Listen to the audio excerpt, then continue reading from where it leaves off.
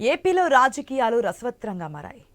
రాజ్యసభ సభ్యులు మోపిదేవి వెంకటరమణ టీడీపీలో చేరతారంటూ ప్రచారం జరుగుతోంది. వైసీపీ నేత తనను మోసం చేశారని ముంబైలో బాలీవుడ్ నటి కేసు పెట్టడంపై చర్చకు దారితీసింది. అది 2 రోజుల నుంచి హాట్ టాపిక్గా మారేటువంటి అంశం. సజ్జల ఆదేశాల మేరకే నటి కుటుంబ సభ్యులపై కూడా కేసు నమోదు చేశారని అనుమానాలు వ్యక్తమవుతున్నాయి. మొవ్వా వైసీపీ నేత వ్యవహారంపై దర్యాప్తు చేయాలని వర్ల రామయ్య కూడా డిమాండ్ చేశారు. ఈ ఘటనపై మంత్రి లోకేష్ గుర్రుగా ఉన్నారు. అప్పటి విజయవాడ సిపి, డీసీపీలకు షోకాజ్ నోటీసులు జారీ చేసే అవకాశం కూడా కనిపిస్తోంది. నివేదిక వచ్చిన వెంటనే కూడా రెడ్ బుక్ ప్రకారం ఆ పోలీసుల సంగతి తేలుస్తామని మంత్రి లోకేష్ హెచ్చరించారు. ఇక మరోవైపు తాడిపత్రి ఇష్యూ గతంలో మనం చూసాం. ఇదైతే అధికార ప్రతిపక్షాల మధ్య తాజా మాజీ నేతల మధ్య జరిగినటువంటి వార్లు. ఆ తర్వాత ఇసుకకు సంబంధించి ఇప్పుడు కూడా ఇసుకకు సంబంధించి TDP MLA Asmith Reddy, CL మధ్య ఇసుక రగడ సాగుతోంది. ఎమ్మెల్యే ఆధ్వర్యంలో పోలీస్ స్టేషన్ వద్ద ధర్నా నిర్వహించారు. ఇసుక అక్రమాలపై ఫిర్యాదు చేసినా సీఐ పట్టించుకోవట్లేదన్న అస్మిత్ రెడ్డి దాదాపు 3 గంటల పాటు ఇక్కడ రోడ్డు మీదే వర్షంలో నుంచున్నారంటూ నేను కామెంట్ చేశాను. ఇసుక మాఫియాపై చర్యలు తీసుకోవాలని ఎస్పీని కోరారన్నారు ఆయన. ఇవన్నీ చూస్తుంటే అప్పటి ప్రభుత్వ చర్యలో పోలీసుల పాత్ర గట్టిగానే ఉన్నట్లుగా తెలుస్తుందన్న అభిప్రాయం ప్రజల నుంచి వ్యక్తమవుతుంది. అయితే సీఐ తర్వాత సారీ చెప్పినట్టుగా కూడా తెలుస్తోంది. కానీ దానికి గల కారణాలు ఏంటి, ఎందుకు కేసు పెట్టట్లేదు? డైరెక్ట్గా ఒక ఎమ్మెల్యేనే ఇసుక ట్రాక్టర్లు అక్కడి నుంచి వెళ్తున్నాయి అని కంప్లైంట్ చేసినా తీసుకోకపోవడానికి గల కారణాలు ఏంటి?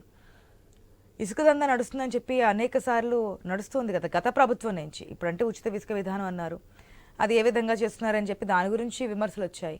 కానీ అంతకుముందు ఉన్నటువంటి ప్రభుత్వం వైఎస్ఆర్సీపీ ప్రభుత్వంలో కూడా ఇసుక అక్రమ రవాణా జరిగింది. ఏదైతే బడా బాబులు, లేదంటే పారిశ్రామికవేత్తలు, లేదంటే అక్కడ ఉన్నటువంటి స్థానిక నేతల కనుసరణలో ఇదంతా చేశారని, దానికి పోలీసు అధికారుల యొక్క అండదండలు ఉన్నాయనేది నిన్న ఘటన చూసిన తర్వాత వ్యక్తమవుతున్నటువంటి పరిస్థితి. రెండవది, ఒక బాలీవుడ్ యాక్ట్రెస్ చేసినటువంటి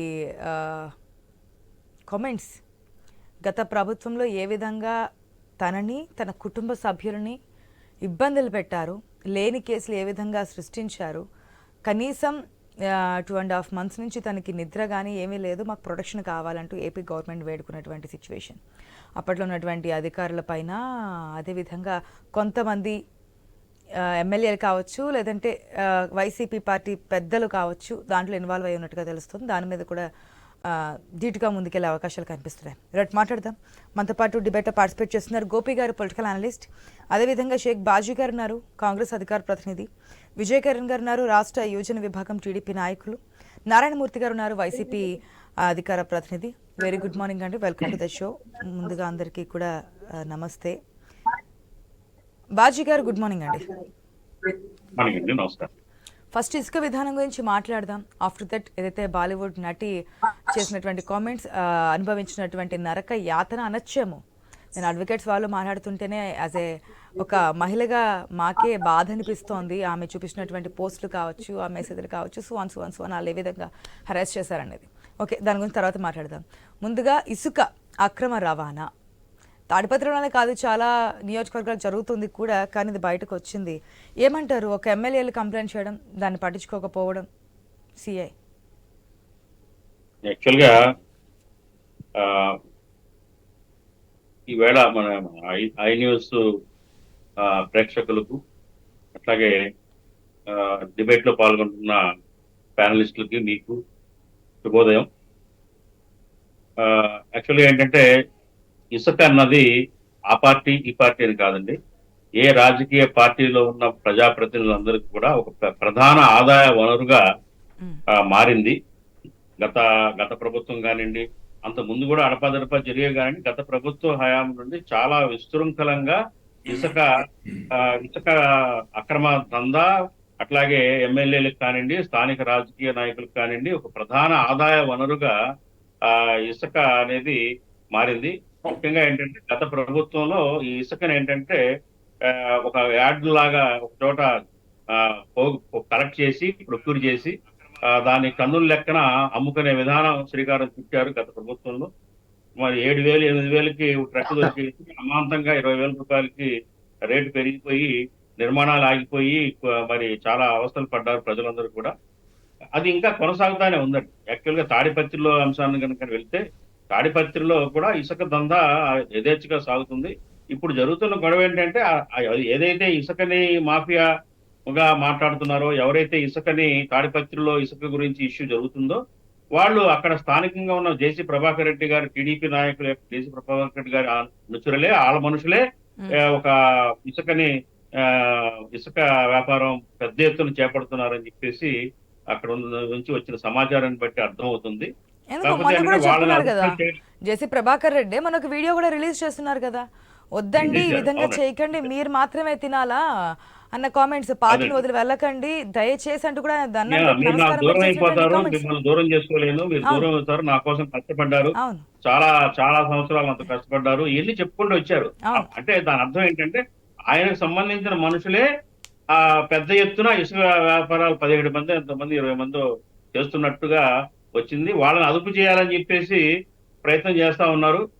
ఆ క్రమంలోనే ఆస్మిత్ రెడ్డి గారు ఆ ఆయన పోలీసు యంత్రాంగాన్ని కోరటం, వాళ్ళు అందులో లక్ష్మీకాంత్ అనే ఆయన అవును కొద్దిగా ధిక్కరించాడని చెప్పేసి ఆయన చేత కూడా క్షమాపణలు చెప్పించారు. అవును ఆయన కూడా సారీ చెప్పాడు, సారీ అండి నేను అట్లా అట్లా ఏంటంటే ఒక ఇసుక అనేది ఒక ఒక పెద్ద వ్యాపారం అయిపోయింది.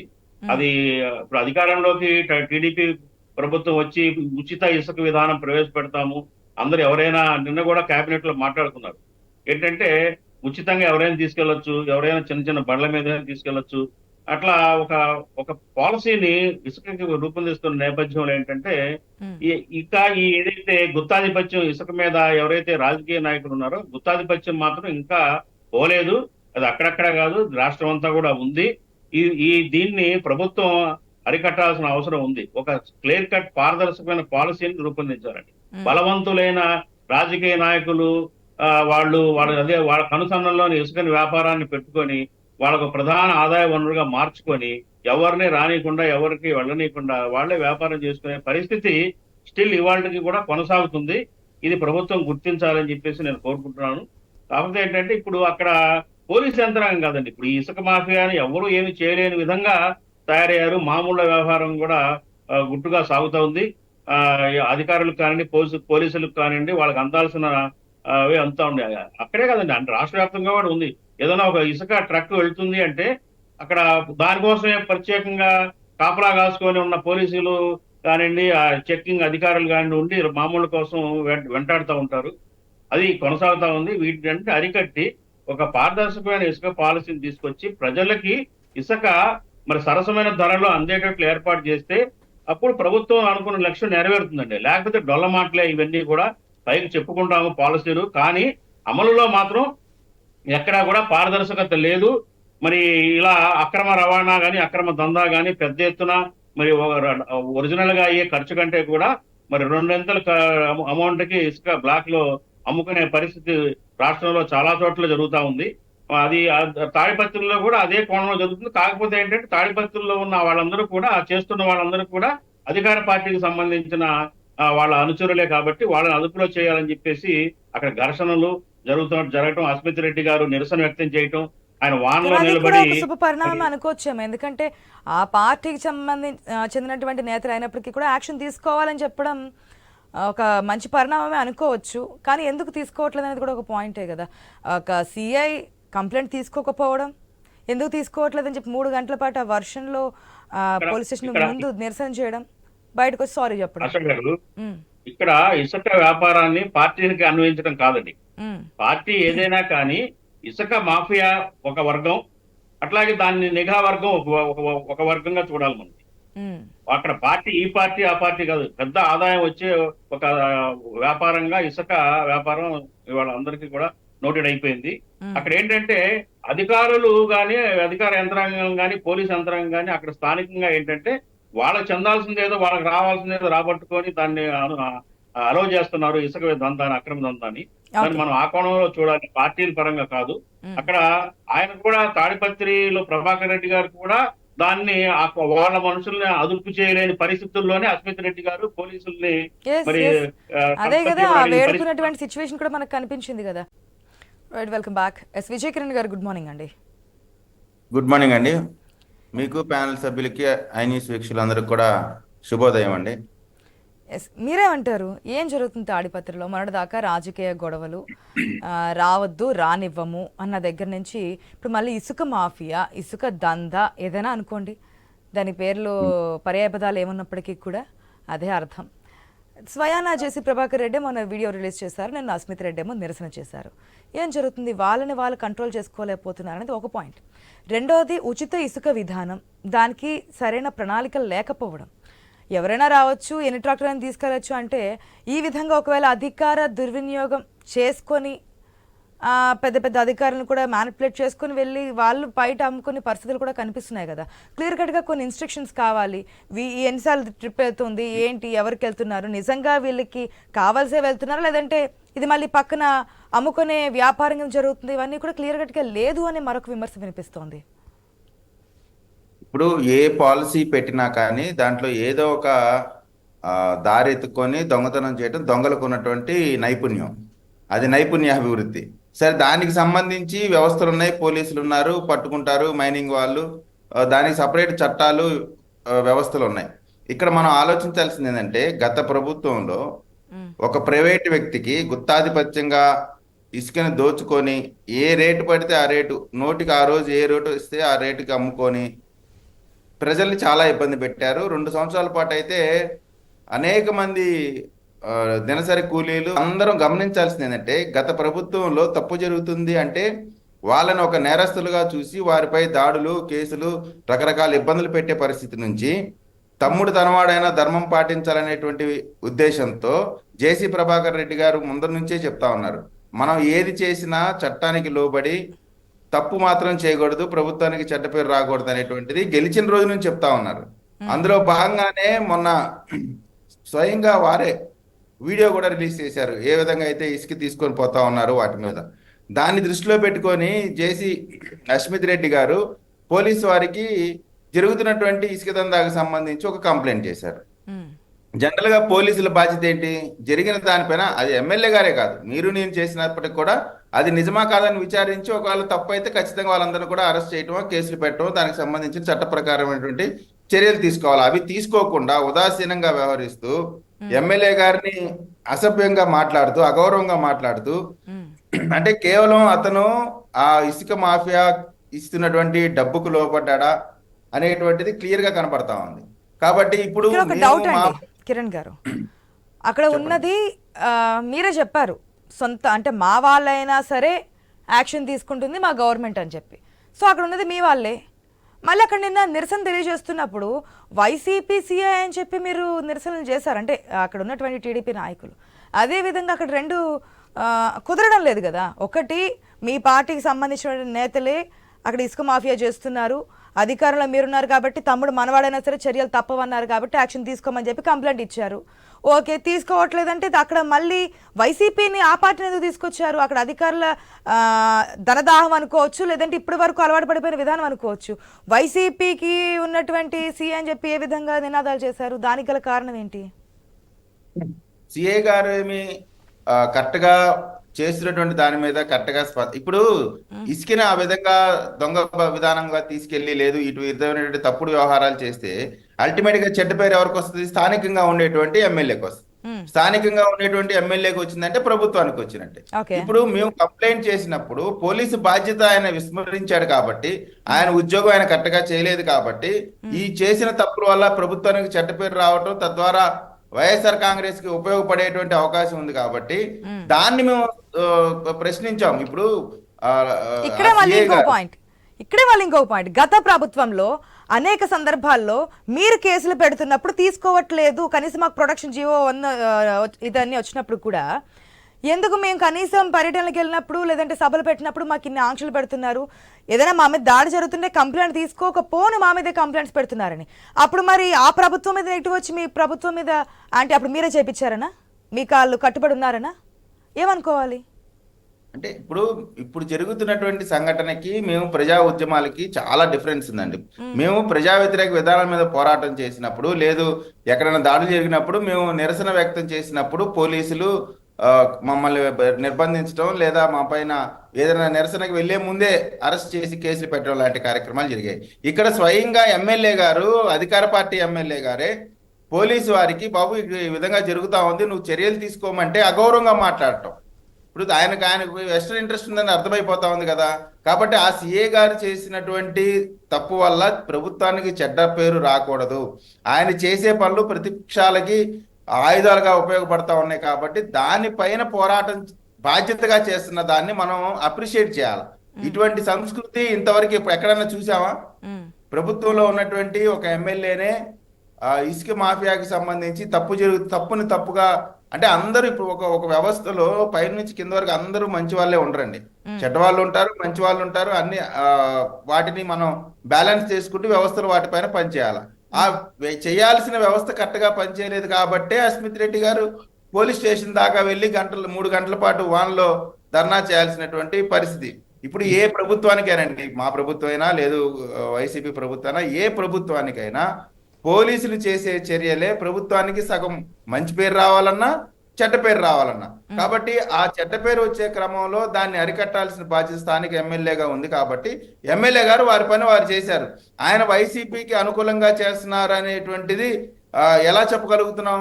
ఆయన ఇప్పుడు దొంగతనం జరుగుతుంటే ఆ కన్సర్న్ పోలీస్ ఆఫీసర్కే కదా, ఆ ఏరియా లిమిట్స్ లో ఉన్న పోలీస్ ఆఫీసర్నే కదా బాధ్యతలు చేస్తారు. అలానే ఆ ఏరియా ఉన్నట్టు ఎమ్మెల్యేకి చెడ్డ పేరు రాకూడదని వారి బాధ్యతను వారికి గుర్తు చేశారు. ఆ క్రమంలో ఆయన అగౌరవంగా మాట్లాడటం, వారి వ్యవహార శైలి, బాడీ లాంగ్వేజ్ చూసి ఖచ్చితంగా ఆయన వైసీపీకి సంబంధించిన సానుభూతి పరుడేమో, ఆయనకి వాళ్ళకి మంచి చేయాలనేటువంటి ఆలోచనతో ఏపీ సీఎం చెప్పడం జరిగింది.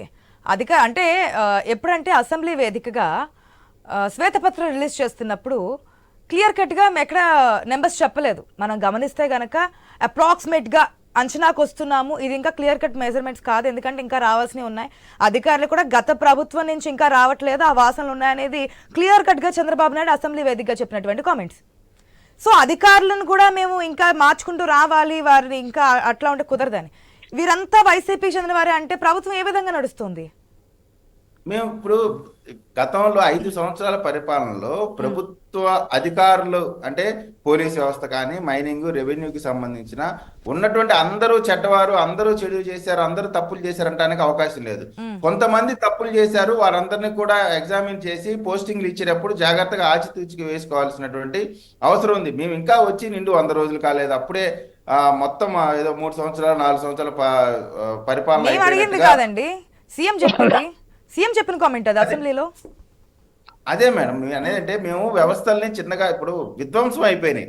గతంలో ఒక పార్టీ అధికారం నుంచి వెళ్ళిపోయినప్పుడు వ్యవస్థలు కొంత పాడే తప్ప విధ్వంసం అయిపోయాయి కాదు. ఇప్పుడు గత 5 సంవత్సరాల పరిపాలనలో వ్యవస్థలు విధ్వంసం అయిపోయినాయి. వాటిని సెటరేట్ చేసుకుంటూ రావాల్సినటువంటి పరిస్థితి ఉంది. కాబట్టి 1 by 1 చేసుకుంటూ వస్తున్నాం.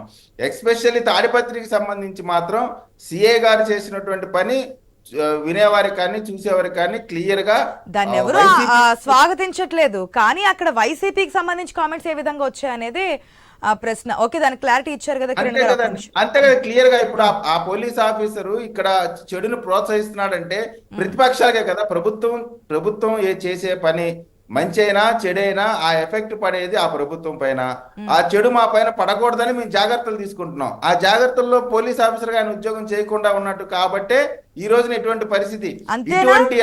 మీ పార్టీ నాయకులే మీ ఎమ్మెల్యే మాట వినకపోవడానికి రీజన్ ఏంటి? అంటే ఆ స్థాయిలో దందాలకి అలవాటు పడిపోయారు అనుకోవాలా మాఫియాకి? అందులో మా పార్టీ నాయకులు ఉన్నారా, లేదా ప్రతిపక్ష పార్టీ నాయకులు ఉన్నారా, లేదా మీరే చెప్పున్నారు తమ్ముడు మావాడైనా యాక్షన్ తీసుకున్నా ఇప్పటి వరకు ఇటువంటి జరిగాయా అని మీరే చెప్పున్నారు.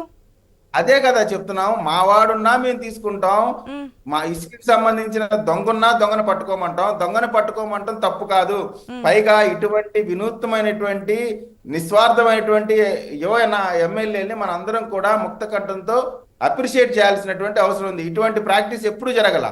కాబట్టి ఇది ఒక మంచి పాయింట్ అర్థం కావట్లేదండి. స్వాగతించాలా? మీరు చెప్పేది కరెక్టే, ఎమ్మెల్యే స్వయానా వచ్చి యాక్షన్ తీసుకోండి. ఎందుకంటే మన జేసీ ప్రభాకర్ రెడ్డి వీడియో రిలీజ్ చేసినప్పుడు కూడా మీరే తినాలా, ఇంకెవరూ లేరా, వద్దండి, వదిలి వెళ్ళకండి, దయచేసి వెళ్ళకండి, నా కోసం ఇంత కష్టపడ్డారు, మీరు ఒక్కరే ఉన్నారా తినడానికి అనే ఒక కామెంట్స్ మనందరం విన్నాం, చూసాము, అందరికీ తెలిసిన విషయాలే. మీ పార్టీ నాయకులనే మీరు చర్యలు తీసుకుంటున్నారు. ఒక లీడర్ అంటే స్థానికంగా ఉన్నటువంటి కేడర్కి ఒక లీడర్ ఉంటారు కదా, అది జేసీ ప్రభాకర్ రెడ్డి కావచ్చు, ఎమ్మెల్యే అస్మిత్ రెడ్డి కావచ్చు, వీరంతా ప్రాధేయపడి అడుగుతున్నప్పటికీ కూడా కేసుల వరకు వస్తుందంటే ఏ స్థాయిలో ఉంది అక్కడ మాఫియా అని? మేము అవన్నీ కరెక్ట్ చేసుకుంటామండి. ఆ మాఫియా ఉంది కాబట్టి దాన్ని మేము కరెక్ట్ చేసుకుంటాం. ప్రతిపక్షాలకు అవకాశం లేకుండా మా ప్రభుత్వం ఖచ్చితంగా చర్యలు తీసుకోవడానికి ఎమ్మెల్యే గారు చేసిన పని ఖచ్చితంగా ప్రభుత్వం కూడా అప్రిషియేట్ చేస్తుంది, ప్రతిపక్షాలు కూడా అప్రిషియేట్ చేయాలి. దీంట్లో నారాయణమూర్తి గారు మా పైన స్వాగతించాలని ఏమో వాళ్ళకి ఎన్ని పాయింట్స్ ఉన్నాయో ఆయనతో మాట్లాడిన తర్వాత మీకు క్లారిటీ వస్తుంది. ఎందుకంటే కిరణ్ గారు కూడా బాజీ గారు కూడా కొన్ని పాయింట్స్ చెప్పారు. ఉచిత ఇసుక విధానం అప్పట్లో ఎందుకు ఇవన్నీ మళ్ళీ డబ్బులు వసూలు చేస్తున్నారంటే, లేదు దాన్ని ఎక్స్పోర్ట్ చేయడానికి, అంటే ఇసుకని తీసుకెళ్లి ట్రాక్టర్లో పోయడానికి కొంత ఖర్చు అవుతుంది కాబట్టి ఆ ఖర్చును మాత్రమే వసూలు చేస్తున్నాము. ఒకవేళ మీ సొంత వెహికల్స్ ఉండి మీరు తరలించుకుంటే కనుక అసలు ఎటువంటి కాస్ట్ ఉండదంటూ చాలా మంది హోమ్ మినిస్టర్ దగ్గర నుంచి ప్రతి ఒక్కరూ క్లారిటీ ఇచ్చినటువంటి పరిస్థితి. అప్పుడు ప్రతిపక్షంలో ఉన్నటువంటి వైసీపీ అడిగిన ప్రశ్నలకి సమాధానంగా అటువంటి కండిషన్స్ లేకుండా తీసుకెళ్తూ ఉంటే, ఇప్పుడు నేనే ఉన్నానండి, నాకు అవసరం లేదు, నేను ఒక ఇల్లు కట్టుకోవట్లేదు, ఒక కంపెనీ కట్టుకోవట్లేదు, కానీ నాకు దాని మీద ఉచితంగా కాబట్టి ఎవరికైనా ఆశ ఉంటుంది, తీసుకెళ్తాను ఒక 10 ట్రాక్టర్లు, ఇక్కడ నుంచి తీసుకెళ్ళి అక్కడ 60,000కి అమ్ముకుంటాను, దాని మీద ఏది ఒక నిఘా అంటూ ఉండాలి కదా అనేది బాజీ గారు అడిగిన ప్రశ్న. అది కూడా మీ యొక్క అధినేతలు తీసుకెళ్ళండి, నాయకుల దృష్టికి తీసుకెళ్ళి ఒక క్లారిటీ అయితే, ఒక ఏమంటారు ప్రణాళికాబద్ధంగా ముందుకెళ్తే బాగుంటుంది కదా అనేది. ఒక నిమిషం కిరణ్ మీరు ఇచ్చిన సూచనకు సంబంధించి ఖచ్చితంగా దానికి సంబంధించి కరెక్ట్ అయిన విధానమేనా లేదు దీంట్లో కూడా ఏదైనా పాయింట్స్? కిరణ్ బాగా పాపం చాలా డిఫెండ్ చేసుకోవడానికి, తప్పించుకోవడానికి, పార్టీ చేస్తున్న తప్పుల్ని కాపాడుకోవడానికి, పోలీసుల మీద నెపం నెట్టేయడానికి ఎంతో ప్రయత్నం చేస్తా ఉన్నాడు యువ నాయకుడు కిరణ్. పాపం ఇప్పుడే ఆ ఉచ్చులోంచి చిక్కుని ఉన్నాడు. ఎట్లా సమాధానం చెప్పుకోవాలి, సముదాయించుకోవాలి, నా పార్టీ స్టాండ్ కాపాడుకోవాలి అనేది అర్థం కాక పాపం చాలా కష్టపడతా ఉన్నాడు. అయితే మీరు పాపం ప్రశ్నలు అడుగుతా ఉన్నారు, అద్భుతంగా సున్నితంగా ప్రశ్నలు అడిగినా కూడా పాపం ఇబ్బంది పెట్టారు కిరణ్ని. నేను ఒకటే చెప్తా ఉన్నానండి, ఇవాళ అక్కడ ఎమ్మెల్యే ఆధీనంలో ఏ విధంగా జరుగుతుంది, అరాచకాలు ఏ విధంగా జరుగుతున్నాయి, దాడులు ఏ విధంగా జరుగుతూ ఉన్నాయి, హననం ఏ విధంగా జరుగుతోంది, దహనకాండ ఏ విధంగా జరుగుతుందో అందరూ చూస్తా ఉన్నారు. అది స్టేట్ కే కాదు, ఈ దేశంలోనే హాట్ టాపిక్ గా తయారైంది. ఇవాళ పోలీసుల పర్యవేక్షణలో ఇంటికి వెళ్ళిన ఏదైతే పెద్దారెడ్డి ఉన్నాడో ఆయన మీద మరి విచక్షణారహితంగా ఎర్ర బుక్, రెడ్ బుక్ అని ఏదో పేర్లు పెట్టుకున్నా ఉన్నారు. రాజ్యాంగం అయితే భారతదేశంలో అంబేద్కర్ రచించిన ఒకే రాజ్యాంగం ఉంటుంది. అది ఆ రాజ్యాంగానికి ప్యారలల్ గా ఒక రాజ్యాంగం ఉందని బుక్ ని హోర్డింగ్ మీద పెట్టి రెడ్ బుక్ అని చెప్పేసి, మరి ఇది ఎక్కడ సాంప్రదాయం తెలియదు కానీ రెడ్ బుక్ అనేటటువంటి రాజ్యాంగం చాలా తెలివిగా సబ్జెక్ట్ పక్కదావ పట్టించి దీన్ని ఎక్కడికో తీసుకెళ్తా ఉన్నారు. దాడుల పైన గురించి కూడా డిస్కస్ చేద్దాం. నన్ను మాట్లాడినాడు, ఎందుకంటే దాంట్లో భాగంగానే జరుగుతుంది కాబట్టి నేను ప్రస్తావించాల్సిన అవసరం వచ్చింది. లేదంటే దాని గురించి ప్రస్తావించిన అవసరం కూడా లేదు, ఎందుకంటే మనం అంబేద్కర్ గారిని పూజిస్తాం, గౌరవిస్తాం. రెడ్ బుక్ గురించి కూడా మాట్లాడదాం. నెక్స్ట్ బాలీవుడ్ నటి గురించి ఆ రెడ్ బుక్ ఇష్యూ కూడా వచ్చింది కాబట్టి నెక్స్ట్ టాపిక్ లో తప్పకుండా రెడ్ బుక్ గురించి మాట్లాడదాం. ఇప్పుడు ఇసుక విధానానికి సంబంధించి తమ సొంత నాయకులు దాంట్లో భాగంగానే ఇప్పుడు వీళ్ళు మాట్లాడుతున్నది ఆ రాజ్యాంగాన్ని అమలు చేస్తూ అక్కడ ఇసుక దోపిడీని కూడా మా వాళ్లే చేస్తారంటారు. పక్క నుంచి మా కార్యకర్తలే, మా నాయకులే దోపిడీ చేస్తారంటారు. మా నాయకులు దోపిడీ చేయకుండా మళ్ళీ నేను ధర్నా చేస్తాను, వర్షంలో ధర్నా చేస్తాను, ఈ డ్రామాలు పండించే కార్యక్రమం చేస్తారు. ఏ విధంగా ప్రజలు నమ్మే అవకాశం? అది కరెక్ట్ కాదంటారా? ఇంతకుముందు ఒకవేళ సొంతంగా మన కుటుంబంలో తప్పు జరిగినా నా యొక్క అనుచరులైనా సరే యాక్షన్ తీసుకోండి అని చెప్పడం తప్పంటారా, లేదంటే యాక్షన్ తీసుకోకున్నటువంటి సీఏ తప్పంటారా? మీరు చెప్పండి. తీసుకోండి అని అడగడం తప్పని నేను అంటంలా. మీరు అసలు వెళ్లేవాళ్ళే మీ ఆదేశాలతో వెళ్తున్నారు, మీ ఆదేశాలతో మాత్రమే వాళ్ళు చేస్తున్నారు. మీ తమ్ముళ్లే, తెలుగు తమ్ముళ్లే చేస్తుంటే మళ్ళీ ఈ నాటకాలు ఎందుకు బయట అంటా? నేను చేసేదే మీ వాళ్ళు, చెప్పిందే మీరు, ఆదేశించిందే మీరు, వెనకుండా చేస్తున్నదే మీరు. మీరు మళ్ళీ ఇవాళ ఈ మీరేదో నారాయణమూర్తి గారు మీకు ఒక సొంత కుటుంబం పోసలా మీకు ఉంటుంది. తెలియనట్టు వాళ్ళు ఏదో కుటుంబంలో వెళ్ళినట్టు, ఇద్దరు మీరు కొడుకులు ఆపినట్టు. ఉన్నారనుకోండి, మనం చాలా సినిమాలు చూస్తూ ఉంటాం. ఇద్దరు కొడుకులు ముగ్గురు ఉన్నారనుకోండి, కొడుకులు పెద్దవాళ్ళు. ఈ కుటుంబ ఒక నిమిషం, కుటుంబ కథల గురించి కాదు ఒక్క నిమిషం మాట్లాడేది సార్, నేను. ఒక్క నిమిషం. మీ ఆదేశం ఆయన లేకుండా క్వశ్చన్ వాళ్ళు చేసినప్పుడు ఆయన వెళ్ళారా? విన్నారు కదా, అంటే మీరు- కిరణ్ గారిని క్వశ్చన్ చేస్తే విన్నారు కదా. ఒక్క నిమిషం ఓపిక పట్టండి, క్వశ్చన్ కాదు. పూర్తిగా వినండి. వాళ్ళ మీద మీకు అధిక క్వశ్చన్ పూర్తిగా వినండి, మిమ్మల్ని అడగద్దా? దాన్ని కూడా సమాధానం చెప్పాలి కదా. ఒక్క నిమిషం సార్, ఇప్పటిదాకా చెప్పున్నారు కదా, మీరు కేసుల వరకు వెళ్ళినా పెద్ద ఇష్యూకి వెళ్ళినా నేనేం ఇంటరాక్ట్ చేయలేదు కదా. ఒక్క నిమిషం. ఒకవేళ తప్పు జరిగినప్పుడు వాళ్ళ కంట్రోల్లో ఉండి కూడా జరగనప్పుడు ముందు చెప్పారు, వద్దండి వెళ్ళకండి అని చెప్పారు, కేసు పెట్టారు, కేసు తీసుకోవట్లేదు, సీఏ ఎందుకు తీసుకోవట్లేదు అంటారు. అసలు సీఏ తీసుకోకపోవడానికి తప్పన మానేసి వీళ్ళు కేసు పెట్టడం తప్పంటారండి. మీరు నిజం అనుకుంటున్నారా అంటున్నా నేను. మీరు నమ్ముతున్నారా దాన్ని? మీరేమంటారు? డ్రామాలో పడుతున్నారు మీరు. డ్రామా మీరేమంటారు? కూడా పడిపోతున్నారు అంటున్నా నేను. అమ్మాయి మీరేమంటారు? ముమ్మాటికి వీళ్ళే చేయిస్తా ఉన్నారు. వీళ్ళే బయటికి చేస్తున్నారు. ప్రపంచానికి మీద చేస్తున్నట్టుగా కాకుండా వీళ్ళే చేస్తున్నారు. వెనకాల నుండి చేయిస్తా ఉన్నారు, దోపిడీ చేస్తా ఉన్నారు, అక్రమంగా చిత్ర విచిత్రమైన వేషాలు వేస్తూ దోపిడీ చేస్తూ అడ్డగోలుగా దోపిడీ చేస్తూ సంపాదిస్తా ఉన్నారు. బయట లారీలు ఇక్కడ రాకూడదని చెప్పి హుకుం జారీ చేశారు. వస్తే లారీలు బయటకు వెళ్ళని చెప్పారు. హుకుం జారీ చేశారు. మా ఇవన్నీ నియోజకవర్గానికి రావద్దండి అని చెప్పారు. అదేనండి CI నా నియోజకవర్గం రోడ్లకి CI కంప్లైంట్ తీసుకోకపోవడం చేశారా? ఏ విధంగా చూడాలి? రోడ్లు కానివ్వండి, CI కంప్లైంట్ తీసుకోకపోవడం ఏ ఇదే విధంగా రాజ్యం చూడాలి? అంటారు. తీసుకుంటారు. ఇదంతా డ్రామాలో భాగమంటున్నా. తీసుకోలేదనే కదా ఆయన సారీ చెప్పున్నారు. అదన్నీ డ్రామాలు అంటున్నా నేను. ఆయన ఎందుకు సారీ చెప్తారండి? పోలీస్ ఆఫీసర్ బయటకు వచ్చి సారీ చెప్తారా? ఈయన చెప్పిన ప్రకారమే అక్కడ ఆడించే నాటకం ఆడించే కార్యక్రమం జరుగుతా ఉంది అంటున్నా నేను. వీళ్ళ నాటకం ఆడిస్తా ఉన్నది. ఇదంతా ఒక డ్రామాలో భాగము అంటున్నా. మీరు ఆ మాయలో పడతా ఉన్నారు. బాబు అమాయకంగా ఏదో క్వశ్చన్ అడుగుతా ఉన్నారు. మరి ఇంతకుముందు వాళ్ళు కూడా అమాయకంగా అడిగినట్టేనా? ఆ క్వశ్చన్స్ ఏమో స్వాగతించారు, మిమ్మల్ని అడిగే క్వశ్చన్స్ ఏమో అమాయకంగా అంటున్నారు. ఆయన తప్పించుకొని ప్రయత్నిస్తా ఉన్నాడు కానీ కరెక్ట్గా పాపం ఆయన మీరేంటంటే ఇబ్బంది పెట్టారు. గవర్నమెంట్ లో ఉన్నారు కాబట్టి నేను చెప్తా మీరు స్కిప్ చేస్తూనే ఉన్నారు, సరైన సమాధానం రావట్లేదు. నేను కరెక్ట్ గా చెప్తా ఉన్నా. మీరు వాళ్ళు ఉచ్చులో ఇచ్చుకున్నారు. మీరు ఎవరి ఉచ్చులోనే బిగుసుకోమండి, మీరేసిన ఉచ్చులో కూడా బిగుసుకోవడానికి సిద్ధంగా ఏమీ లేము. సమాధానం చెప్పండి. సిఐ కంప్లైంట్ తీసుకోకపోవడానికి గతంలో కూడా భాగంగానే సిఐ కూడా యాక్ట్ చేస్తున్నాడు. మీకు అర్థం కావట్లా? మరి గతంలో ఏ విధంగా గతంలో అది మీ సాక్ష్యాల బట్టి విచారణ జరుగుతూ ఉంది కదా. మరి ఇప్పుడు మేము కంప్లైంట్ ఇచ్చాం. అదే విచారణ జరిపించాలంటా నేను. అప్పుడు జరిగిందేమో విచారణ, ఇప్పుడేమో జరుగుతుంది ఉచ్చు అంటారు. అది విచారణ చేసి బయట పెట్టండి. విచారణ చేసి బయట పెట్టండి అంటున్నా. ఒకవేళ నిజంగా ఇటువంటివి జరిగితే, ఒక నిమిషం నారాయణమూర్తి గారు, నియోజకవర్గంలో చాలా చోట్ల జరుగుతుందని చెప్పి మీరు చెప్పున్నారు, గత ప్రభుత్వంలో జరిగిందని చెప్పి ఇప్పుడున్నటువంటి కూటమి ప్రభుత్వ నాయకులు కూడా చెప్పున్నారు. ఇటువంటి జరిగినప్పుడు యాక్షన్ తీసుకోవాలని చెప్పడం కరెక్ట్ అంటారా, లేదు తప్పంటారా? ఒకవేళ జరిగితే అంటున్నా నేను, మీరు ఇదంతా తప్పు అని కొట్టి పడేస్తూ ఉన్నా, జరుగుతున్నప్పుడు మన వాళ్ళని యాక్షన్ తీసుకోవడం కరెక్టా కాదా? యాక్షన్ తీసుకోవాలని చెప్పడం తప్పెందుకు అవుద్ది? యాక్షన్ తీసుకోమని చెప్పడం మంచిదే. యాక్షన్ తీసుకోవాలని ఆయన ప్రతినిధులు అడగాలి.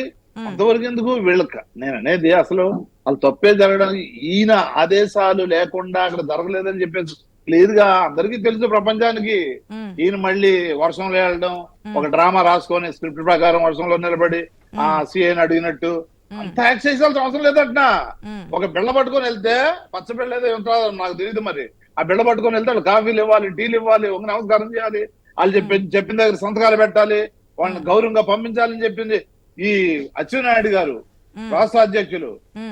వీళ్ళు ఇప్పుడు మళ్ళీ ఈ నాటకాలు ఆడితే ఎవడో నవ్వుతారా? నమ్మడానికి అసలు అవకాశం అదే. ఇంతకుముందు అధ్యక్షుడు, ఇవాళ మినిస్టర్.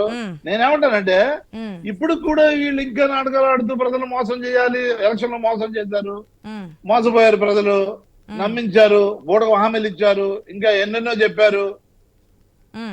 ఆ బుక్ మీద పేరు అన్నారు, ఇప్పుడు కూడా వాళ్ళ పేర్లు వస్తా ఉన్నాయి బుక్కుల్లో. అవన్నీ ప్రజలకు తెలిసిపోయేది అనుకోండి, అది వేరే విషయం. ప్రజలకు అర్థమైంది ప్రజలు ఏ విధంగా గురించి లోకేష్ కన్నా ఎక్కువ సార్లు మీ నాయకులే మాట్లాడుతున్నారేమో. ఢిల్లీ వేదికగా దానికి రాష్ట్రంలోనే తెలిసినటువంటి రెడ్ బుక్ ని దేశంలో, అంటే ఢిల్లీలో ఏదైతే జంతర్ మంతర్ వద్ద సింబాలిక్ ధర్నా చేసినప్పుడు రెడ్ బుక్ అని చెప్పి మీడియాకి పాయింట్ చెప్పినప్పుడు దేశం మొత్తం తెలిసింది రెడ్ బుక్ అంటే ఏంటి అని చెప్పి. ఓకే, ఇదంతా ఒక డ్రామా, సినీ తరహాలో చేశారు, ఒక డ్రామా ప్రకారం నడిచింది, ప్రజలు ఏ విధంగా నమ్ముతారు అంటున్నారు. మేము కూడా ట్రాప్లో పడిపోయామంటున్నారు. ఒక నిమిషం, మీ అభిప్రాయం మీరు చెప్పారు, కిరణ్ గారి అభిప్రాయం కిరణ్ గారు చెప్పారు, బాజీ గారి అభిప్రాయం బాజీ గారు చెప్పారు. ఇది పార్టీలకు అనుగుణంగా కదా. అనలిస్ట్గా అసలు వాస్తవ పరిస్థితులు ఏంటి, అక్కడ జరుగుతున్నది ఏంటి, జరిగింది కరెక్టా కాదా, నిజంగానే ఒక పార్టీకి కొమ్ము కాసేటువంటి విధంగా పోలీస్ ఆఫీసర్స్ నడుస్తున్నారా అడిగి తెలుసుకుందాం. మనతో పాటు గోపి గారు ఉన్నారు, పొలిటికల్ అనలిస్ట్. గోపి గారు గుడ్ మార్నింగ్ అండి. గుడ్ మార్నింగ్ అండి. గోపి గారు మీరేమంటారు, ఇది నిజంగానే ఒక డ్రామానా, లేదంటే తప్పు ఎవరు చేసినా సరే శిక్ష తప్పదు, మేము చెప్పాము ముందు అయినా సరే వినట్లేదు మీరు యాక్షన్ తీసుకోండి అన్నది కరెక్టా, లేదంటే ఇదంతా కావాలని చెప్పి ప్రజలను టర్న్ చేయడానికి, లేదంటే మొత్తం వీళ్ళే చేసి ఏదో అక్కడ ఒక హై డ్రామా క్రియేట్ చేసినట్టుగా చేశారు, అది మీకు అర్థం కావట్లేదా అంటున్నారు నారాయణమూర్తి గారు. మరొక పాయింట్ కూడా తీసుకొచ్చారు బాజీ గారు, ఒక విధానాలు కావాలి, ఎవరికి వచ్చిన వాళ్ళు తీసుకెళ్ళిపోవడం కాదు, ఇది కరెక్ట్ అని, అంటే చేసింది కరెక్టే కానీ విధానాలు లేకపోవడం వల్ల అనేది ఇంకో పాయింట్ బాజీ గారు చెప్తున్నారు. ఏమంటారు? నువ్వు ఏదైనా తాడిపత్రి అనేది ఖచ్చితంగా రాష్ట్రంలో ఒక న్యూస్ సెంటర్ అయిపోయింది, ఎపిక్ సెంటర్. సో ప్రతి వార్త కూడా తాడిపత్రి నుంచే వస్తూ ఉన్నాయి. చాలా చాలా ఖండించాల్సిన వార్తలు, జరగకూడని పనులన్నీ కూడా తాడిపత్రి కేంద్రంగానే జరుగుతున్నాయి. మరి ఇది ఎందుకు జరుగుతుందో, ఎలా జరుగుతుందో వాళ్ళు పాటించుకోవాలి. ఇకపోతే అయితే ఇసుక విధానం, ఇసుక అని చెప్పారు కానీ ఈ ఉచిత ఇసుకకు సంబంధించి ఇంతవరకు విధి విధానాలు అవ్వలేదు, విధి విధానాలు జరగలేదు. ప్రభుత్వం కేవలం ఇసుకను తవ్వడం, లోడ్ చేయడం అంతవరకే ఖర్చులు ఉంటాయి అని చెప్పి మిగిలినంతా ఫ్రీ అని చెప్తున్నారు. అయితే దీనికి సంబంధించి మాత్రం పూర్తిగా వివరాలు ఇంకా రాలేదు.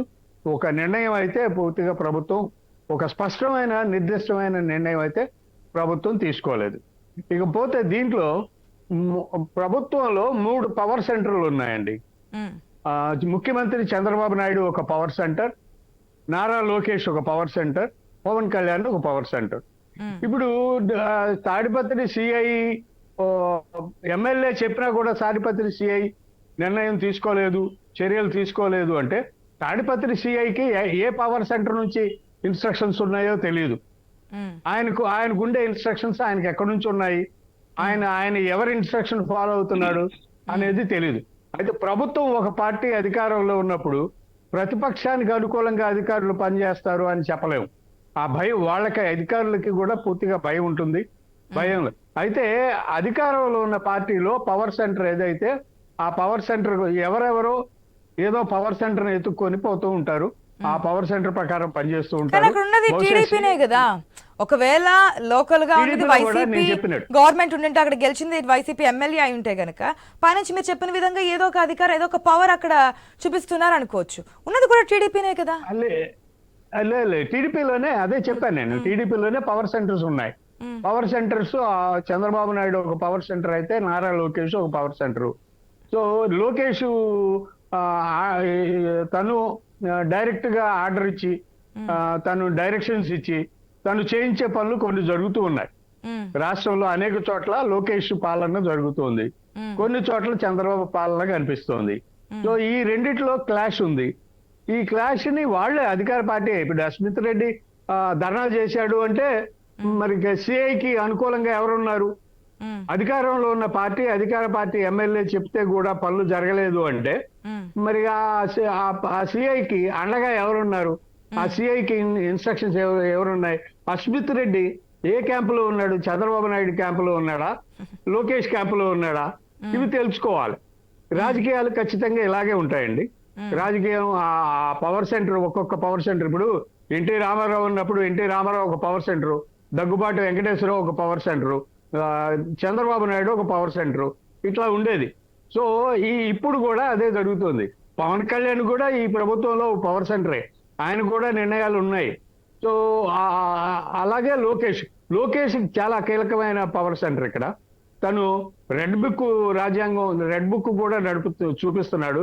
నిన్నో మొన్న కూడా రెడ్ బుక్ లో ఉన్న పేరు అధికారులపై చర్యలు ఉంటాయి, అవును, రెడ్ బుక్ లో పేర్లు ఉన్న అధికారులపై చర్యలు ఉంటాయని నిన్న మొన్న కూడా ప్రకటించాడు. కాబట్టి క్లియర్ గా చెప్తున్నారు. నేను యువగళం పాదయాత్రలో భాగంగా మీరు ఎట్లా రెడ్ బుక్ అని చెప్పి ప్రస్తావనకు వచ్చింది కాబట్టి యువగళం పాదయాత్రలో భాగంగా నేను ప్రజల దగ్గరికి వెళ్ళినప్పుడు ఆ ప్రజలు నాకు కొన్ని సమస్యలు చెప్పుకున్నారు. నేను వారికి ఇదిగో ఈ బుక్లో రాసుకుని అంటే అధికారంలోకి వచ్చిన తర్వాత చర్యలు తీసుకుంటానని చెప్తే నన్ను నమ్మి ప్రజలు ఓట్లు వేశారు. అంటే నేను ఒక్కడే యువగలం ఒక్కడే విజయంలో పాత్ర అని చెప్పను, అన్నిటితో పాటు ఇది ఒకటి, కాబట్టి తప్పకుండా యాక్షన్ తీసుకుంటామని చెప్పి వాళ్ళకి హామీ ఇచ్చాను, కాబట్టి యాక్షన్ తీసుకుంటామని కూడా చెప్పున్నారు. Please continue. సమస్యలు అంటే ప్రజలు సమస్యలు చెప్తే సమస్యల మీద ఒక అంటే సమస్యలకి పరిష్కారానికి సంబంధించి తను చర్యలు తీసుకుంటే అందులో తప్పేం లేదండి. ఒక ప్రాంతంలో ఒక మంచినీటి సమస్య ఉంది, లేదా మురుగునీటి సమస్య ఉంది, కాలువల సమస్యలు ఇన్ ద సెన్స్ అధికారులు అక్కడ చేసినటువంటి ఒత్తిళ్లు, ఎగ్జాంపుల్ కాకినాడ చూసుకుంటే ద్వారంపూడి విషయం కావచ్చు, ఇవి ఇట్లా అధికారులు లేదంటే ఎమ్మెల్యేలు చేసినటువంటి అక్రమాలకు సంబంధించి కంప్లైంట్ చేస్తే అవన్నీ నోట్ చేసుకున్నామని. అవి ఆ కంప్లైంట్స్ అవి వ్యక్తులు, అధికారులు, అప్పటి అధికార పార్టీ నాయకులు, ఇప్పుడు ప్రతిపక్ష పార్టీ నాయకులు, వీళ్ళ పేర్లే ఉన్నాయి. అధికారులు, ప్రతిపక్ష పార్టీ నాయకుల పేర్లే ఉన్నాయి. సమస్యలు అంటే మంచినీటి సమస్య, మురుగునీటి సమస్యలు కాదు. సమస్యలు అంటే ఓ అధికార పార్టీ ఎమ్మెల్యే చేసిన పనులు, వాళ్ళ అరాచకమో ఏదో ఒకటి, సో ఇట్లాంటివని, లేదా ఒక అధికారి చేసిన పనులు. సో చర్యలన్నీ కూడా ఈ ప్రకారంగానే ఉండబోతున్నాయి. అధికారులు ఎంతమంది అధికారులు బలైపోతున్నారు అనేది చూసుకోవాలి. రెండోది, ఎంతమంది వైసీపీ నాయకులు వాళ్ళ పేర్లు ఈ రెడ్ బుక్ లో ఉన్నాయో, మరి వాళ్ళపై కేసులు ఎప్పుడు పడతాయో అనేది వాళ్ళకి కూడా ఆందోళనగానే ఉంది. వైసీపీ వాళ్ళు దానికి సిద్ధపడి ఉన్నారా, లేకపోతే వాళ్ళు పార్టీలు మారిపోతారా? జోగిరాజు మీద ఇవన్నీ అరెస్ట్ చేయడం ఇవన్నీ ఓకే. మొత్తానికి మీరు చెప్పిన దానికి ఆన్సర్ తెలుసుకుందాం ఒకసారి కిరణ్ గారి దగ్గర నుంచి. కిరణ్ గారు, ఆయన చెప్పేది ఏంటంటే మీరు అర్థమయ్యే ఉంటుంది, సిఏని నడిపిస్తున్నది పైన ఉన్నటువంటి అధికార పక్షంలో 3 సెంట్రిక్ పవర్స్ ఉన్నాయి, అందులో ఏదో ఒక పవర్ సిఏని ఆపుతున్నారు. అందుకే ఒక ఎమ్మెల్యే చెప్పినా సరే యాక్షన్ తీసుకోవట్లేదు అంటే ఇంచుమించుగా ఆయన చెప్పేది కూడా నారాయణమూర్తి గారు చెప్పే పాయింట్కి వర్తిస్తుందేమో, కావాలని చెప్పేది అంతా చేస్తున్నారు, పైకి మాత్రం ప్రజలను మభ్యపెడుతున్నారు అన్నట్టుగా. ఈ 3 పవర్ సెంటర్ కంటే కూడా మనీ పవర్ చాలా పెద్దదండి. ఆ మనీ పవర్ కి ఏమన్నా ఆ సిఏ గారు లోన్ అయ్యాడేమో అనేటువంటిదే కదా ఇక్కడ సమస్య. ఇప్పుడు పవన్ కళ్యాణ్ గారు, చంద్రబాబు నాయుడు, లోకేష్ గారు పవర్ సెంటర్ కాదు, మనీ పవర్ సెంటర్ నడిచిందేమో అనేటువంటిది మేము చేసినటువంటి అభియోగం. క్లియర్ కట్ గా నాకు తెలిసినంత వరకు అయితే అసలు ఆ సిఏని ఇమీడియట్ గా అక్కడ నుంచి ట్రాన్స్ఫర్ చేయాలా. తన ఉద్యోగం తను చేయనటువంటి ఆ సిఏ గారు అక్కడ ఉండాల్సినటువంటి యాక్షన్ తీసుకోకపోవడమే ఇన్ని అనుమానాలకు తావిస్తుంది అంటున్నారు. వారి మీద యాక్షన్ తీసుకుంటే ఓకే, పైనుంచి ఇటువంటివి లేవు అనుకునేవారేమో, మీరు అటువంటి యాక్షన్ తీసుకోకపోవడం వల్లే కదా ఏదో ఉంది, ఎమ్మెల్యే వచ్చి చెప్పినా సరే అక్కడ న్యాయం జరగకపోతే ఎట్లా?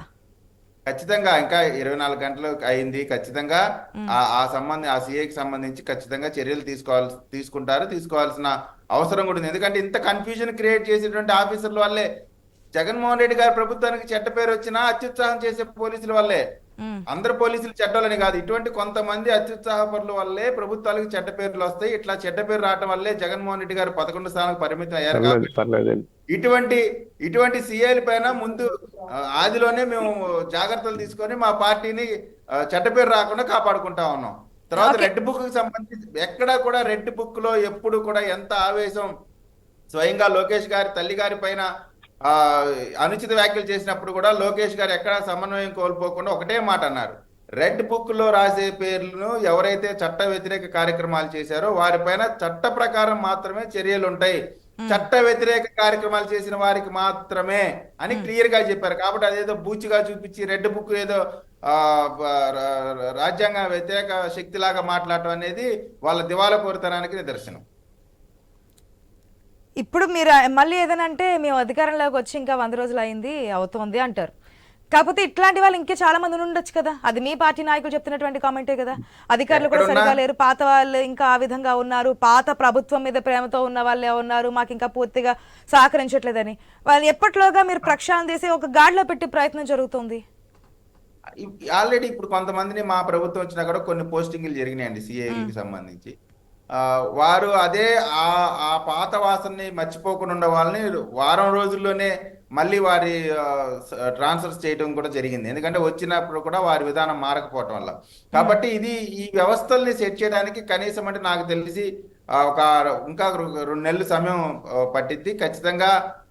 ఇప్పుడు అల్టిమేట్ గోల్ ఏంటంటే ప్రజలకు సేవ చేయటం. ప్రజలకు ఇబ్బంది పడే కార్యక్రమాలు జరిగినప్పుడు ఖచ్చితంగా అది ఎవరైనా సరే వారిని చర్యలు తీసుకోవాల్సినటువంటి అవసరం ఉంది. కాబట్టి ఇప్పుడు అసలు నిజంగా నాకు అర్థం కాదు ఏంటంటే, ఈ అస్మిత్ రెడ్డి గారు చేసిన పనిని ముక్తకంఠంతో అందరూ కూడా హర్షిస్తారనుకున్నా, నారాయణమూర్తి గారితో సహా.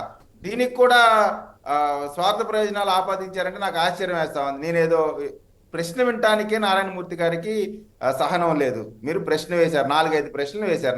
నేను ఓర్పుగా విని నా వాదన నేను వినిపించాను. కనీసం నారాయణమూర్తి గారు మీరు వేసే ప్రశ్నను కూడా వినే పరిస్థితి లేదు. ఆన్సర్ సంగతి దేవుడు ఎరగండి. ఇటువంటి పరిస్థితులు ఇదే వైసీపీతో ఉన్నటువంటి సమస్య. వారు చెప్పాలనుకున్న తప్ప ఎదుటి వారు చెప్పేది ఏది కూడా వినటానికి ఇష్టపడరు. ఓకే, దీన్ని బట్టి అర్థమవుతుంది ఎంత దివాళా కోరుతాను ఉందో ప్రభుత్వం. ఇప్పుడు వచ్చిన రోజు నుంచి ప్రతిరోజు కూడా ముందేమో ఆర్భాటంగా మేము వచ్చిన 24 గంటల్లో ఏదైనా కావచ్చు, యాక్షన్ తీసుకోవాలి. ఒకవేళ దాంట్లో మీ అధికారులు ఉంటే కనుక ప్లీజ్ అండి, ఓకే ఇక్కడతో ఫుల్ స్టాప్ పెడదాం. యాక్షన్ తీసుకుంటారా లేదంటే మీ పవర్ లో ఉన్నటువంటి ఆ లూప్స్ లో ముగ్గురులో ఎవరనేది ఏంటో చూసుకుని అధికారులు ఒకవేళ వ్యతిరేకంగా చేస్తుంటే కనుక యాక్షన్ తీసుకుంటే ఇటువంటి ఆరోపణలకు ఆస్కారం లేకుండా ఉంటుంది. అదేవిధంగా బాజీ గారు కూడా కొన్ని ఇన్స్ట్రక్షన్స్ ఇచ్చున్నారు కాబట్టి ఆ ప్రకారం కూడా ముందుకెళ్తే ఇటువంటి అక్రమాలు జరగకుండా ఒక హోప్ అయితే ప్రజలకు ఇచ్చినట్టు అవుతుంది. ఓకే, నెక్స్ట్ గత 2-3 రోజులుగా ఏపీని కుదిపేస్తున్నటువంటి అంశం బాలీవుడ్ హీరోయిన్ ఏదైతే కామెంట్స్ చేశారో, గత ప్రభుత్వంలో ఆమె ఏడుస్తూ చెప్పినటువంటి వ్యాఖ్యలు అందరూ దీంట్లో ఇన్వాల్వ్ అయి ఉన్నారంటూ కంటతడి పెడుతున్నటువంటి సిచ్యువేషన్, ఏ విధంగా హెరాస్ చేశారంటూ ఫొటోస్ చూపిస్తూ ఉంటే ఆ మెసేజ్లు కానీ ఫొటోస్ కానీ తను ఇక్కడ తీసుకొచ్చి ఏపీకి ఏ విధంగా ఇబ్బందులు పెట్టారనేది క్లియర్ కట్గా చెప్తూ ఉన్నారు. దానికి సంబంధించి బాజీ గారు మీరేమంటారు? ఇది చాలా ఒక హేయమైన సంఘటన. అందరూ కూడా అది ముక్త కంఠంతో ఖండించాల్సిన సంఘటన జరిగింది. ఆలస్యంగా వెలుగులోకి వచ్చినప్పటికీ కూడా ఇప్పటికైనా ఆవిడ ఏదైతే యాక్ట్రెస్ ఉన్నారో కాదంబరి జైస్వాల్, ఆవిడ యొక్క స్టేట్మెంట్స్, ఆవిడ ఇచ్చిన కంప్లైంట్స్ బేస్ చేసుకొని రాష్ట్ర ప్రభుత్వం సీరియస్ గా తీసుకోవాల్సిన అవసరం ఉంది. ఇది రాష్ట్రానికి అప్రతిష్ట అండి. మన రాష్ట్రానికి ఒక అప్రతిష్ట. బొంబాయిలో ఉన్న ఒక నటి ఆంధ్రప్రదేశ్ లో ముఖ్యంగా ఇక్కడ ఉన్న ఈ పొలిటికల్ దీంట్లో ఇరుక్కొని ఆవిడ ఎంత నరకయాతన అనుభవించింది అనేది ఆవిడ మీడియాకి తెలిపిన ఆవిడ ఏడుస్తూ ఇచ్చిన అవి ఇంటర్వ్యూస్ లో ఆవిడ చెప్పిన మాటల్లో అర్థమవుతా ఉంది. కాబట్టి ఏంటంటే ఈ దీంట్లో ఎవరున్నా కానీ ఎవరిని వదిలిపెట్టడానికి వీల్లేదు. మనం ఇప్పటికే తేటతెల్లం అయిపోయింది, దాదాపు క్లారిటీ వచ్చేసింది. దీంట్లో వైసీపీ యొక్క మెయిన్ అగ్ర నేతలు ఎవరైతే ఉన్నారో, మరి ప్రభుత్వానికి సలహాల కోసం నియమించబడిన వారు ఎవరైతే ఉన్నారో వాళ్ళ గైడెన్స్ లోనే ఇది జరిగింది అని చెప్పేసి పెద్ద ఎత్తున ప్రచారం జరుగుతుంది. దీంట్లో నిజానిజాలు నిగ్గు తేల్చి చెప్పారు ఎవరెవరు ఉన్నారు ఏంటి అని కొన్ని పేర్లు చెప్పడం జరిగింది. ఇది పొలిటికల్ ఉచ్చులో పాపం ఆవిడ పడి ఆవిడ నరకయాతన అనుభవించి ఆవిడ కిడ్నాప్ చేసి బొంబాయి నుంచి పోలీసుల సహకారంతో తీసుకొచ్చి ఇక్కడ విజయవాడ దగ్గర ఉన్న కొండపల్లిలో గెస్ట్ హౌస్ లో ఉంచి 15 రోజుల పాటు నరకయాతన పెట్టి ఆవిడ చేత కేసును విత్డ్రా చేయించడం అనేది అది ఏ కోణంలో చూడాలో అర్థం కావట్లేదు. రాష్ట్రం ఏ పరిస్థితుల్లో తీసుకెళ్లారనేది అర్థం కావట్లేదు. పోలీసు యంత్రాంగం కూడా ఒక ఆడపిల్లకి అన్యాయం జరిగింది అంటే రక్షించాల్సిన పరిస్థితి పోయి వాళ్ళు కూడా సహకరించి మరి పొలిటికల్ వాళ్ళకి ఒత్తాసుగా చేశారంటే ఈ వ్యవస్థల్ని గత ప్రభుత్వంలో ఏ రకంగా మ్యానిపులేట్ చేసి వాళ్ళ అదుపాగ్రంలో ఉంచుకున్నారనేది తేటతెల్లం అవుతా ఉంది. ఏంటంటే దీన్ని ఇక పెద్ద ఎత్తున దేశవ్యాప్తంగా కూడా చర్చగా తావిచ్చింది. ఎందుకంటే ఆవిడ మరి బాలీవుడ్ నటి, మరి ఆవిడ కాబట్టి ఏంటంటే దీనికి ఎక్కువ ప్రాధాన్యత ప్రచారం జరిగింది. కాబట్టి మన రాష్ట్రానికి ఇంకా చెడ్డ పేరు మచ్చ రాకుండా ఉండాలి అంటే ఈ కేసుని చాలా సీరియస్ గా తీసుకొని ఎవరైతే బాధ్యులు ఉన్నారో వాళ్ళని కఠినంగా శిక్షించాలి. వాళ్ళ మీద కేసులు పెట్టి అధికారులు ఎవరైతే ఉన్నారో అధికారులను కూడా మరి సస్పెండ్ చేసి వాళ్ళ మీద తగిన చర్యలు తీసుకోవాలని చెప్పేసి నా అభిప్రాయం. ఎందుకంటే చాలా హృదయ విదారకంగా ఆవిడ ఒక మహిళగా ఆమె యొక్క బాధను నేను ఇక్కడ పూర్తి స్థాయిలో చెప్పలేనటువంటి పరిస్థితి. పైపెచ్చు ఆ కుటుంబం కూడా చాలా ఉన్నతమైన కుటుంబం అండి. తండ్రి నేవీలో దేశ సేవ చేసిన వ్యక్తి, తల్లి చాలా high educated person, reserve bank లో ఎంప్లాయీ. ఈవిడ కూడా సినిమా డాక్టర్. యాక్టర్ అవ్వచ్చు, కానీ ఆవిడ ఒక ఉన్నతమైన చదువు చదివింది, డాక్టర్. తను అవును. డాక్టర్ గా ఉంటూ మరి ఇప్పుడు స్టిల్ ఇవాళకి కూడా తను చాలా బిజీగా ఉండే లైఫ్ లీడ్ చేస్తూ ఉంది. తన లైఫ్ మొత్తం అలాంటి స్పాయిల్ ఆవిడ చేసేసారు, ఇలాంటి తన ట్రాప్లో కెరియర్ పడిపోయి- మొత్తం వేస్ట్ అయిపోయింది. ప్రెసెంట్ తనకి Yes, ప్రాణహాని అవును. ఉందనేది ఫస్ట్ ఆరోపణ. నాకు ప్రొడక్షన్ ఇవ్వండి ప్లీజ్ అంటూ ఖచ్చితంగా వేడుకున్నటువంటి అండి. సిచ్యువేషన్. ఒక ఆడపిల్ల యొక్క బాజీ గారు ఆక్రందనని తేలిగ్గా తీసుకోవడానికి లేదు. ఇది ఎందుకంటే ఇది ఆల్రెడీ దేశవ్యాప్తంగా కూడా ఒక చర్చకు తావిచ్చింది కాబట్టి దీన్ని ఒక సవాలుగా తీసుకోవాల్సిన అవసరం రాష్ట్ర ప్రభుత్వానికి ఉంది. ఖచ్చితంగా బాధ్యుల్ని బయటికి లాగి కఠినంగా శిక్షించాల్సిన అవసరం ఉంది. మరోసారి పోలీసు అధికారులు కూడా, యంత్రాంగం కూడా ఇంకొకసారి ఇలాంటి వాటికి జోలి వెళ్లకుండా ఉండే విధంగా కూడా రాష్ట్ర ప్రభుత్వం ఖచ్చితంగా దీనికి ఒక రూట్ తీసుకెళ్లాల్సిన అవసరం ఉంది అని తీసుకోవాలి. చెప్పేసి నేను అప్పుడే అభిప్రాయపడుతున్నాను. మరొకసారి ఏదైనా జరగాలంటే ఒక అమ్మాయిని ఈ విధంగా అవును, హెరాస్ చేయాలంటే భయపడే భయపడతారు. విధానాలు రావాలి, చట్టాలు రావాలి. అవును. ఎస్ నారాయణమూర్తి గారు మీరేమంటారు? అసలు ఏం జరిగింది ఏంటి? ఒక పారిశ్రామికవేత్త మీద పెట్టినటువంటి కేసును విత్డ్రా చేసుకోవడం కోసం కొంతమంది వైసీపీ పెద్దలు ఆమెను ముంబై నుంచి ఏపీకి తీసుకొచ్చి ఏ విధంగా హెరాస్ చేశారు, ఏ విధంగా న్యూడ్ వీడియోస్ పంపించారు, ఫొటోస్ పంపించారు, పెళ్లి చేసుకోమని కూడా ఒత్తిడి చేశారు. నేను చేసుకోలేదు కాబట్టే వాళ్ళ ఫ్యామిలీకి ఉన్నటువంటి, అంటే ఇటువంటి ఫ్యామిలీ ఏ విధంగా హెరాస్ చేశారు, నిద్ర కూడా పట్టట్లేదు నాకు, 2 o'clock లేస్తుంది, భయం వేస్తుంది, ఎక్కడ ఏం చేస్తారని చెప్పేసి అంటూ ఆమె చెప్పినటువంటి మాటలు చూస్తూ ఉంటే బాధేస్తోందండి. ప్రజలను కాపాడడానికే కదా ఉన్నాయి ఇవన్నీ, మా కోసమే కదా మీరు పని చేసేది. వ్యవస్థలో ఆ రోజు వ్యవస్థలో పోలీస్ ఆఫీసర్లు చేశారని చెప్తా ఉంది ఆమె చెప్పింది. నేను ఆ మాట్లాడిన మాటలన్నీ కూడా విన్నా. ఆమె లైవ్ లో కూడా వచ్చింది, వస్తే నేను ఆ మాటలన్నీ కూడా విన్నాను. నేనేమంటానంటే పోలీస్ ఆఫీసర్లు ఇట్లా చేశారు అని చెప్పుకొస్తా ఉంది. పోలీస్ ఆఫీసర్లు పోలీస్ రూల్ బుక్ ప్రకారం చేస్తారా లేదా అనేది ఒకసారి ఏముంది, ప్రభుత్వంలో పెద్దలు ఉన్నారు కాబట్టి, ఇప్పుడు ప్రభుత్వం ఉంది కాబట్టి, ఈ ప్రభుత్వం చిత్తశుద్ధి ఉంటే దాని మీద విచారణ చేసి ఏం జరిగిందని తెలుసుకోవడం తప్పే ఉంది. ఇప్పుడు ఆమె చెప్తా ఉంది ఆ రోజు కేసు ఏమేమి కేసులు దాని మీద తీసుకొచ్చారు వాళ్ళు. అసలు ఆ కేసు వీళ్ళు ఏమంటున్నారు, జిందాల్ అనేటటువంటి ఒక పెద్ద మనిషి వ్యాపారవేత్త అక్కడ నుంచి మొదలైంది అంటున్నారు.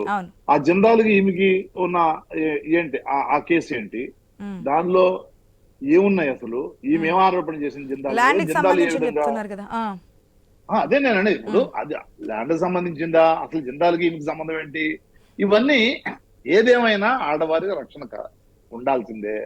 ఆడవారిని అనవసరంగా వేధించడం తప్పు. అదే విధంగా ఏది జరిగినా రూల్ ప్రకారం అక్కడ ముంబై నుంచి చూసారు కాబట్టి అక్కడ పోలీసులు ఇన్ఫార్మ్ చేసి మీరు నిన్న చేశారా లేదా, జత్వాని మాట్లాడినటువంటి మాటలన్నీ వినుంటారు కాబట్టి ఆమె చూపించినటువంటి ఫోటోస్ అదే విధంగా పెట్టినటువంటి మెసేజ్లు కూడా చూసే ఉంటారు మీరు కదా.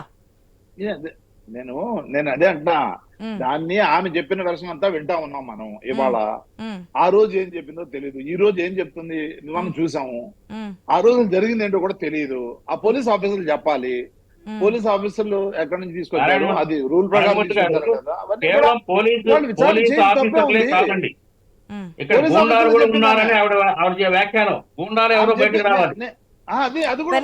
పొలిటీషియన్స్ ఉన్నారు, గట్టిగానే ఎవరో పవర్ ని ఉపయోగించారనేది ఆవిడ చేసినటువంటి అభియోగం. అంటే ఆ జిందాల్ అనేటటువంటి వ్యాపారవేత్త ఆంధ్రప్రదేశ్ కాదు, మహారాష్ట్ర కానివ్వండి, లేదంటే బెంగాల్ కానివ్వండి, అనేక రాష్ట్రాల పేర్లు చెప్పింది. అక్కడి నుంచి కూడా కంప్లైంట్లు ఉన్నాయి నా మీద. లేదు, ప్రపంచ వ్యాప్తంగా అనేక కంప్లైంట్స్, అనేక కేసులు పెట్టారు నా మీద అన్నారు. ఒక మన స్టేట్ లోని పక్క స్టేట్ లోని కాదండి, ప్రపంచ వ్యాప్తంగా పెట్టున్నారు. రెండు అంశాలని క్లబ్ చేస్తున్నారు మీరు చెప్తున్నా. నేను చెప్పిన తర్వాత ఆంధ్రప్రదేశ్ లో విద్యాసాగర్ పేరుని మెన్షన్ చేసి మరీ చెప్పారు ఆమె. విద్యాసాగర్ పేరు మెన్షన్ చేసి మరీ చెప్పారు. విద్యాసాగర్ ఎవరు ఎవరు ఎవరు ఎక్కడున్నారు, ఎవరు అది చెప్పండి. ఆయన ఎందుకు చేశారో విచారణ చేయండి. మా పార్టీకి ఆయనకు సంబంధమే లేదే. అదేంటి ఇప్పుడు నేను ఏమన్నా, మీ పార్టీ అగ్రనేత ఎందుకు పోలీసులు వాళ్ళందరికీ వాళ్ళు వచ్చేస్తారండి? మీ పార్టీ ప్రభుత్వంలో ఉంది, ప్రభుత్వంలో ఉన్న వాళ్ళు పోలీస్ యంత్రాంగం కదిలేరు. రాత్రి కలగన్నారా అంటున్నా, ఆ అమ్మాయి కూడా చెప్పలేదు. నేను విన్నాను. పోలీసులు వాళ్ళంతా వాళ్ళే ఎవరు ప్రోత్సాహం ఎవరు ఒత్తిడి లేకుండా చేస్తారండి. ఆ మాట్లాడుతూ విడ్డూరంగా ప్రతిదీ చెప్తున్నారు విన్నాను. మీరు. అది మీరు ఎట్లా చెప్తారు? ఇది ఒక ఆడపిల్లకి అన్యాయం జరిగినా అస్మిత్ రెడ్డి కాదు, చేస్తున్నాడు నారాయణమూర్తి కదా. గారు, ఆడపిల్లకి అస్మిత్ రెడ్డి అన్యాయం జరిగితే చేస్తున్నాడు కనీసం కదా. సానుభూతి లేదు మీకు. అస్మిత్ రెడ్డి వాటికి చేస్తున్నాడు వెనకేసుకుంటే వింటారా? మాటలు మాట్లాడతారు. ఇదే అసలు మళ్ళీ మాట్లాడుతున్నారు. అస్మిత్ రెడ్డి దగ్గరికి ఎందుకు వెళ్తున్నారు నారాయణమూర్తి గారు? అస్మిత్ రెడ్డి ఇష్యూ ఎందుకు వస్తుంది ఇక్కడ? నేను అడేదేంటి? ఒక ఆడపిల్లకి క్లియర్ కట్ గా ఒక మహిళకి సంబంధించినటువంటి విషయాల గురించి మాట్లాడితే మళ్ళీ అస్మిత్ రెడ్డి గురించి ఎందుకు? టాపిక్ డీవియేషన్ ఎందుకు?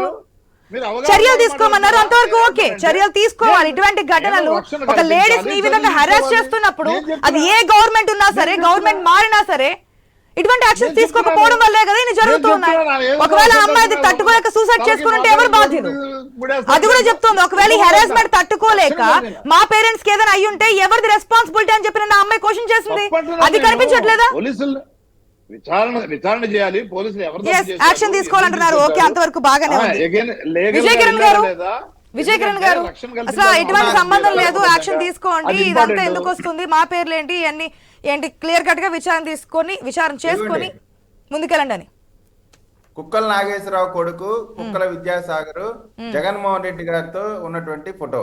జగన్మోహన్ రెడ్డి గారికి చంద్రబాబు నాయుడు గారితో ఎవరో మా పార్టీకి సంబంధం లేదు అనమాకండి. మీరు మన పార్టీ అయినా సరే తప్పు చేసిన తప్పని ఒప్పుకోండి. జరిగినటువంటి ఘోరాన్ని కనీసం ఘోరంగా చెప్పలేనటువంటి మీరు అసలు మీరు నైతిక విలువలు కూడా లేవు. ఇప్పుడు జరిగినటువంటి తప్పుగా మాట్లాడుతూ ఉన్నారు. ప్రభుత్వం జాతకంతనంతో మాట్లాడుతుంది. ఇప్పుడు వినండి. విచారణ చేస్తే తీసుకున్నట్ల విచారణ చేయండి. ఒకసారి ఆయన మాట్లాడనివ్వండి. నారాయణమూర్తి గారు, నారాయణమూర్తి గారు ఒక్క నిమిషం, ఆయన మాట్లాడనివ్వండి. వైసీపీకి ఏ విధంగా సంబంధాలు ఉన్నాయంటున్నారు. గతంలో అనేక సందర్భాల్లో కూడా ఫోటోస్ ఈ విధంగా ఉంటే తప్ప అభిమానులు వచ్చి ఫోటోలు తీయించుకుంటుంటారని చెప్పి మీరు చెప్పున్నారు. ఫోటో ఒకటే ఆధారమా, ఇంకేదైనా ఉందా అని? అట్లాగా నారాయణమూర్తి గారు వైసీపీ నాయకుల్లాగా మేము ప్రతిదీ కూడా అధినాయకులకు ఆ పార్టీకి మేము ఆపాదించట్లేదు. ఆయన వైఎస్ఆర్ కాంగ్రెస్ పార్టీకి సంబంధించిన నాయకుడు. అంత మాత్రం వైఎస్ఆర్ కాంగ్రెస్ పార్టీ దీని వెనకుందని మేము చెప్పలేం. అయితే అప్పుడున్న ప్రభుత్వం ఆయన వెనకాల ఉంది అనడానికి సజీవ సాక్ష్యాలుగా ఆమె పైన పెట్టినటువంటి సెక్షన్లు చూస్తే క్లియర్ గా అర్థమైతా ఉంది. ఆ జిందాల్కు సంబంధించినటువంటి ఆ సంస్థ కడపలో స్టీల్ ఫ్యాక్టరీకి శంకుస్థాపన చేయటం, ఆ తర్వాత ఆమె పైన ఇక్కడ కేసు పెట్టడం, ఈ కేసు పెట్టిన తర్వాత ఇదే క్రమంలో అక్కడ అతని పైన పెట్టిన కేసుని విత్డ్రా చేసుకునేలాగా చేయటం, ఈ జరిగినటువంటి సీక్వెన్స్ మొత్తం కూడా చూస్తా ఉంటే ఖచ్చితంగా దీంట్లో ప్రభుత్వ పెద్దల పాత్రతో పాటుగా వైఎస్ఆర్ కాంగ్రెస్ పార్టీకి సంబంధించిన ప్రభుత్వంలో ఉన్నటువంటి ఐపీఎస్ల పాత్ర కూడా ఉంది అనేది క్లియర్ గా అర్థమవుతా ఉంది. నేను ఇందాక కూడా అదే చెప్పాను. పోలీసులు చేసే పని వల్లే సగం ప్రభుత్వాలు నాశనం అయిపోతా ఉంటాయి. అదే విషయాన్ని ఇందాక చెప్పాను, ఇప్పుడు కూడా చెప్తా ఉన్నాను. యాక్షన్ తీసుకోబోతున్నారా? ఐ థింక్ నేను హోమ్ మినిస్టర్ కూడా స్పందించున్నారు. లోకేష్ కూడా 100% ఐపీఎస్ కాదు, అంతకంటే పెద్దలు ఎవడున్నా సరే వాడిని ఖచ్చితంగా చట్ట ప్రకారం చర్యలు తీసుకోవాల్సిన అవసరం ఉంది. లేకపోతే సభ్య సమాజం మా ప్రభుత్వాన్ని ఖచ్చితంగా ఉపేక్షించేటువంటి పరిస్థితి లేదు. ఇంత దారుణం జరిగిన తప్పుని ఇది రాష్ట్రంలోనే కాదండి, ముందు చెప్పిన విధంగా దేశంలోనే హాట్ టాపిక్ అయింది. సానుభూతి తెలియజేసి అండగా మేడం ఒక్క నిమిషం ఆమెకి సానుభూతి తెలియజేసి ఆమెకి మేము అండగా ఉంటామని మొదలు పెట్టాల్సినటువంటి నారాయణమూర్తి గారు దానిలో కూడా రాజకీయంగా మాట్లాడటం అనేది నిజంగా శోచనీయం. ఆమె యాక్షన్ తీసుకోమని చెప్తున్నారుగా, క్లియర్ గా యాక్షన్ తీసుకోండి, విచారణ జరపండి, ఎవరున్నా బయటికి పంపించండి. ఒకవేళ అప్పుడు వైసీపీ నాయకులే ఉంటే కనుక దాన్ని స్వాగతిస్తారేమో. వారిని చట్టపరంగా చర్యలు తీసుకొని ఆమెకి న్యాయం చేసి మహిళల కనుక అండగా ఉంటామనేటువంటి మంచి సందేశాన్ని ఎన్డీఏ ప్రభుత్వం ఇవ్వబోతా ఉంది. ఓకే, గోపి గారు ఫైనల్ కామెంట్స్ అండి ప్లీజ్, సమయం లేదు. అంటే ఏ మహిళకైనా కానీ అన్యాయం జరిగితేనే దాన్ని ఖచ్చితంగా ఖండించాల్సిందే. ఒక మహిళ తనకు అన్యాయం జరిగిందని చెప్పినప్పుడు దాన్ని ఖండించాలి, దానిపై చర్యలు తీసుకోవాలి.